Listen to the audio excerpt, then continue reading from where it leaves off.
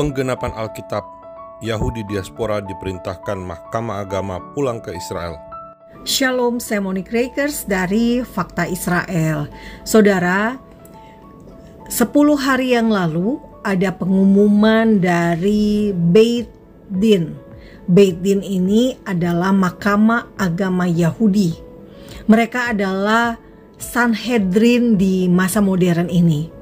Jika Bapak Ibu ingat ketika Tuhan Yesus dihadapkan ke Sanhedrin di malam sebelum penyalipan.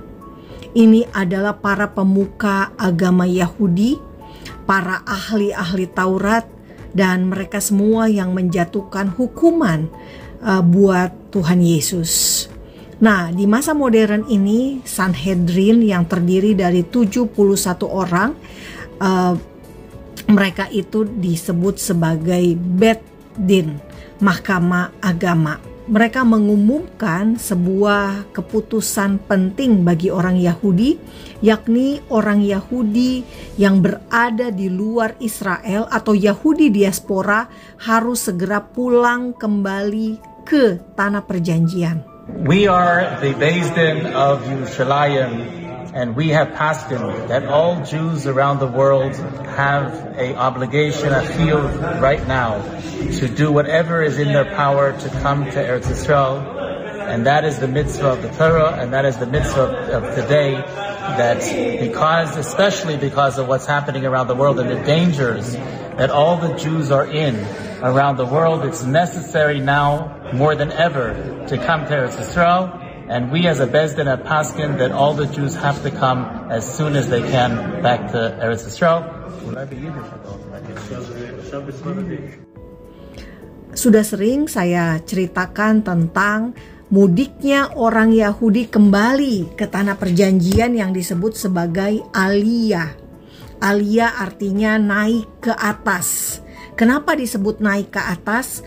Karena pulang kembali ke tanah perjanjian itu adalah seperti mereka berjalan ke rumah Tuhan, ke bait suci.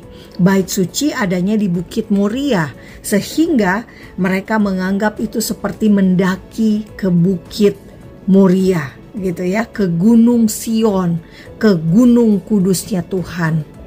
Nah, keputusan untuk memerintahkan agar orang Yahudi yang ada di diaspora, yang terserak ke berbagai negara untuk segera pulang kembali ke tanah perjanjian Israel merupakan pengumuman atau keputusan yang disebarluaskan pertama kali.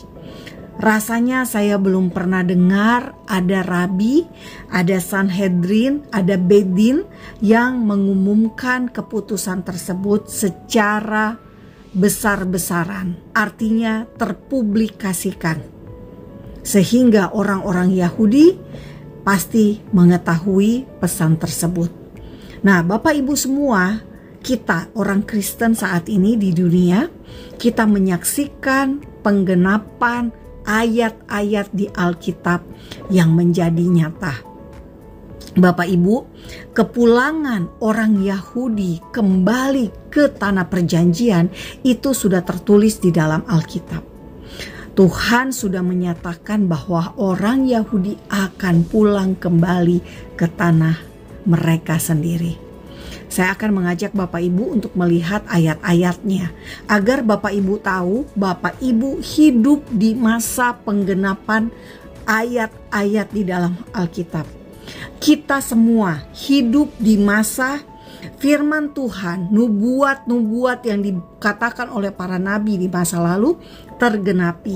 Jadi ini adalah masa yang sangat menggairahkan. Karena apa? Kita melihat Alkitab itu benar dan terbukti. Yeremia 23 ayat 8, saya bacakan ayatnya.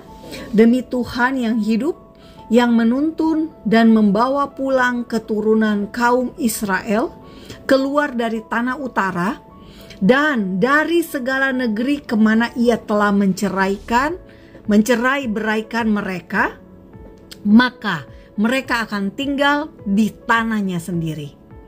Nah, jelas Bapak Ibu semua, orang Yahudi akan kembali ke tanah mereka sendiri menurut Alkitab. Bukan tanah orang lain, tetapi tanah mereka sendiri. Ini perkataan Nabi Yeremia. Nabi Yeremia itu hidup di masa sekitar 580 sebelum Masehi. Jadi sangat jauh sebelum adanya PBB, sebelum adanya PLO, sebelum adanya negara-negara modern, dan Israel saat itu sudah menjadi kerajaan. Yehezkiel 37 ayat 21. Yehezkiel ini adalah keturunan imam, tapi dia ikut dibuang ke Babelonia, dan di sana ia mendapatkan firman Tuhan sehingga ia dikategorikan sebagai nabi. Yehezkiel 37 ayat 21 tertulis, "Aku menjemput orang Israel dari tengah bangsa-bangsa. Aku akan mengumpulkan mereka dari segala penjuru dan membawa mereka ke tanah mereka." Sekali lagi, tanah mereka, kata Alkitab, bukan tanah orang lain. Tanah Israel, tanah perjanjian adalah tanah milik bangsa Israel sendiri. Sakaria 10 ayat 8 dikatakan, "Aku Tuhan bersiul memanggil mereka dan aku mengumpulkan mereka." Kata yang unik ini, bersiul Bapak Ibu. Tuhan bisa menggerakkan hati orang-orang Yahudi di mana saja mereka terserak. Mereka akan merasa gelisah, mereka akan merasa sangat rindu untuk pulang ke tanah perjanjian. Sama seperti Bapak Ibu semua yang rindu pulang kampung, rindu mudik ke kampung halaman. Nah, Tuhan akan bersiul memanggil orang Yahudi untuk pulang kembali ke tanah perjanjian. Nah, yang menarik Bapak Ibu semua, dari pernyataan-pernyataan ini ada satu ayat yang menjelaskan tentang peran kita sebagai orang percaya di bangsa-bangsa, yakni dari Yesaya 11 ayat 12. Dikatakan di sini, ia akan menaikkan suatu panji bagi bangsa-bangsa, akan mengumpulkan orang-orang Israel yang terbuang, dan akan menghimpunkan orang-orang Yehuda yang terserak dari keempat penjuru bumi. Jadi Tuhan sendiri yang akan menaikkan suatu panji bagi bangsa-bangsa, bagi Anda dan bagi saya. Kita semua melihat panji-panji yang dinaikkan oleh Tuhan, sebuah pertanda bahwa orang-orang Yahudi akan pulang kembali ke wilayah Israel. Dan itu adalah sebuah penggenapan yang kita saksikan di masa modern ini. Nah, Bapak Ibu, Israel kita ketahui sedang berperang. Namun, meski Israel dalam kondisi perang sejak 7 Oktober 2023, ketahuilah Bapak Ibu semua, ada 31.000 orang Yahudi yang pulang kembali ke tanah perjanjian Israel per September 29, 2024, di hari tahun baru Yahudi ke-5785. Orang Yahudi sedikit demi sedikit kembali ke tanah mereka. Nah, semua orang Yahudi harus pulang. Kenapa? Karena mereka akan bertemu dengan Mesias, Yesus Kristus, ketika mereka akan berada di Yerusalem.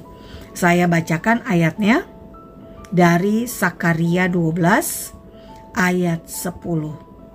Aku akan mencurahkan roh pengasihan dan roh permohonan atas keluarga Daud dan atas penduduk Yerusalem, dan mereka akan memandang kepada Dia yang telah mereka tikam, dan akan meratapi Dia seperti orang meratapi anak tunggal, dan akan menangisi Dia dengan pedih seperti orang menangisi anak sulung. Siapa yang akan dilihat ketika orang Yahudi pulang kembali dan berada di Yerusalem dan Israel?